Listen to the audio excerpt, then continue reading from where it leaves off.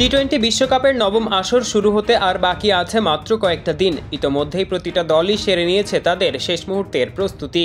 20 দলের এবারের আসরে কারা জিতে নিবে শিরোপা তা নিয়ে সমর্থকদের মনে আগ্রহের কমতি নেই।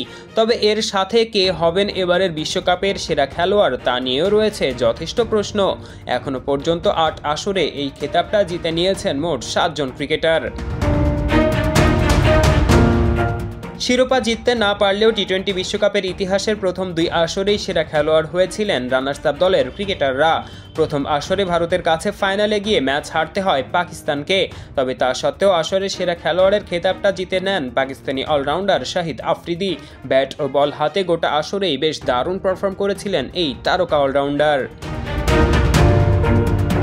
যদিও গোটা আসর জুড়ে 6 কিংবা 7-এ নামা আফ্রিদি খুব বেশি বল খেলার সুযোগ পাননি, তবে যখনই সুযোগটা পেয়েছেন ব্যাট হাতে ছাপ রেখেছেন এই ব্যাটার।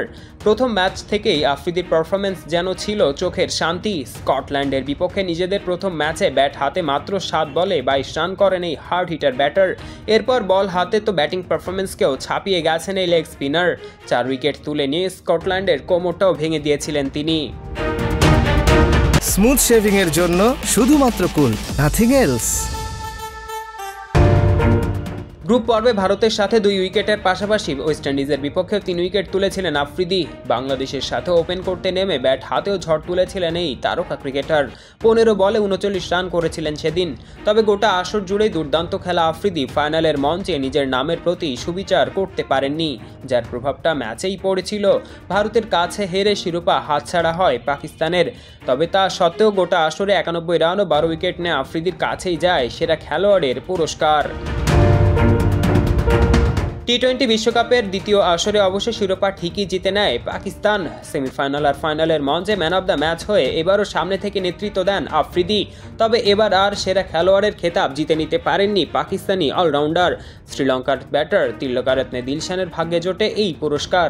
ব্যাট হাতে অসাধারণ পারফরমেন্সের বদৌলতে এই পুরস্কার জিতে নেন লঙ্কান এই ব্যাটার।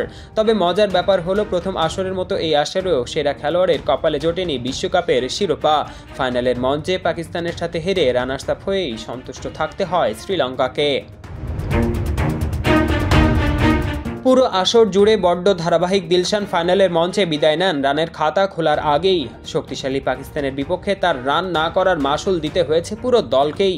দিলশান 2009 সালের বিশ্বকাপ শুরু করেছিলেন 2টি অর্ধশতক দিয়ে। প্রথম ম্যাচে অস্ট্রেলিয়ার সাথে 53 রান করার পর দ্বিতীয় ম্যাচে ওয়েস্ট ইন্ডিজের বিপক্ষে তার ব্যাট থেকে আসে 74 রান। পাকিস্তান নিউজিল্যান্ডের সাথেও 45 ঊর্ধ্ব রান করা দিলশান সেমিফাইনালের মঞ্চে ওয়েস্ট ইন্ডিজের বিপক্ষে করেন 57 বলে অপরাজিত 96 রান। তার এমন অতি মানবীয় পারফরমেন্সের পরই নিশ্চিত হয় শ্রীলঙ্কার ফাইনাল খেলার টিকিট। তবে পাকিস্তানের সাথে 0 রানে আউট হয়ে শিরোপা হাতছাড়া হয় তাদের। শিরোপা না পেলেও 7 ইনিংসে 50-এর বেশি অ্যাভারেজে 317 রান করা দিলশান বনে যান আসরের সেরা খেলোয়াড়। পারভেজ ইমাম, অন ফিল্ড।